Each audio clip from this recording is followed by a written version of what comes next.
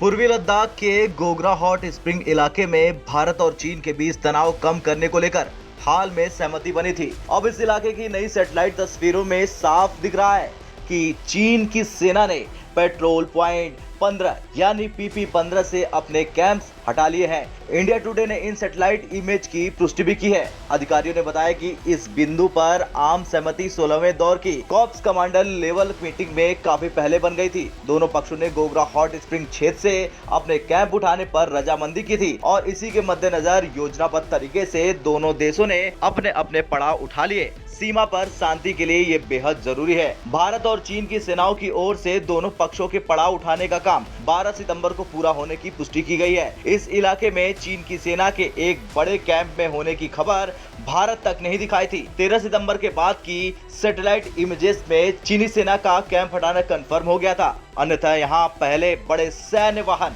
और कई अन्य सैन्य उपकरण दिख रहे थे। हालांकि PP-15 के पास हॉट स्प्रिंग के एरिया की इमेजेस का तुलनात्मक अध्ययन किया जा सकता है। वहीं PP-16 के पास की कोई ऐसी तस्वीर अभी तक उपलब्ध नहीं है। इतना ही नहीं, दोनों पक्षों की ओर से जो आधिकारिक बयान दिए गए हैं उसमें भी सारा फोकस PP-15 पर सेनाओं के पीछे हटने को लेकर किया गया है। पूर्वी लद्दाख के इन इलाकों तक पहुँचने के लिए चीन ने अच्छा खासा रोड नेटवर्क तैयार कर लिया है। इंटेलिजेंस की रिपोर्ट में पहले कहा गया था कि चीन पूर्वी लद्दाख को लेकर अपनी रणनीति में बदलाव कर सकता है। 9 सितंबर को ही विदेश मंत्रालय के प्रवक्ता अरिंदम बागची ने बताया था कि PP-15 में डिसएंगेजमेंट की प्रोसेस सोमवार तक पूरी कर ली जाएगी। उन्होंने बताया कि समझौते के अनुसार इस इलाके में डिसएंगेजमेंट प्रोसेस 8 सितंबर को सुबह 8:30 बजे शुरू हुई और 12 सितंबर तक पूरी की जाएगी। दोनों पक्ष चरणबद्ध कोऑर्डिनेटर और वेरिफिकेशन के साथ इस क्षेत्र में पीछे हटने पर राजी हुए हैं। ये तय किया गया है कि दोनों देश यहां बनाए गए सभी अस्थायी स्ट्रक्चर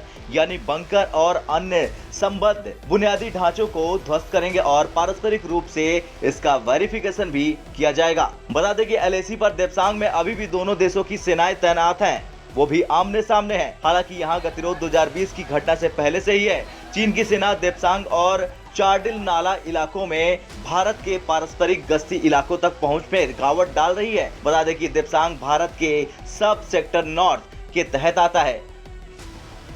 खैर, वो दिन दूर नहीं है जब चीन की सेना यहां से अभी पीछे हटेगी और फिर देश के अंदर रहने वाले दुश्मनों और सेना पर सवाल उठाने वालों को करारा झटका लगेगा। हालांकि झटका इन्हीं तस्वीरों से अभी तक उन्हें लग गया होगा। ब्यूरो रिपोर्ट, भारत तक।